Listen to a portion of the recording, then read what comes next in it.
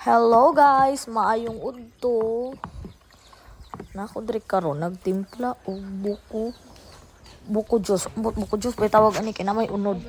Basta kay buko ni. Akong gipang tanggal ang tag. I mean ang brand kay alam na basi paanta. Oh, stress ko diri nga side kay saba kayo sila. While naga-video ko, siko pamadlong. Ito 10 liters ni siya. Kay 10 liters ni akong isudlan. Ni kadaghan pero nahurot ang gihapon ni. Mo to guys.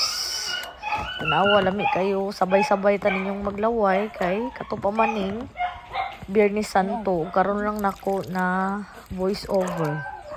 Kay para na ako'y ma-post. Og mo to. Tanawa ani siya lami kaayo daghan kay ni gatas. I-post na din ako kay mandilit na ko. Mo to guys, lami kayo but nga na to guys para mabugnaw.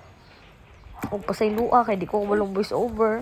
Mag-practice na sad kog sugod kay gusto ko mag voice over na sad.